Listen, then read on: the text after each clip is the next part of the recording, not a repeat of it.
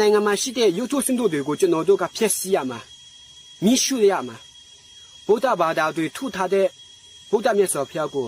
မိရှုရမှာခြေထောက်တွေနဲ့မြင်းညမှာဓာတ်တွေနဲ့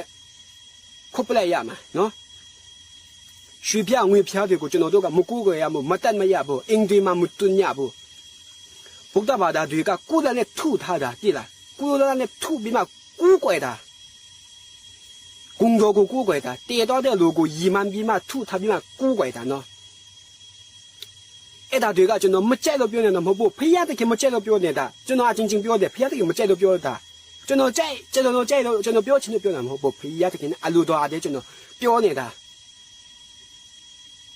နော်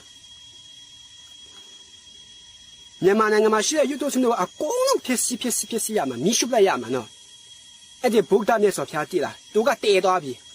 တေတော်တဲ့လူကိုဂုံတော်ကိုရီမှန်ပြီးမှထုထားတာနော်ထုထားပြီးမှပြန်တော့ကူးကွယ်တယ်ဘာအကျိုးကျေးဇူးရမှာလဲဘာအကျိုးရှိမှာလဲတေတော်တဲ့လူကအကျိုးမရှိတော့ဘူးလေတင်းကျဲမှရောက်နေပြီလေအဲ့ဒါကိုပြန်ထုနော်ထုပြီးမှပြန်ကူးကွယ်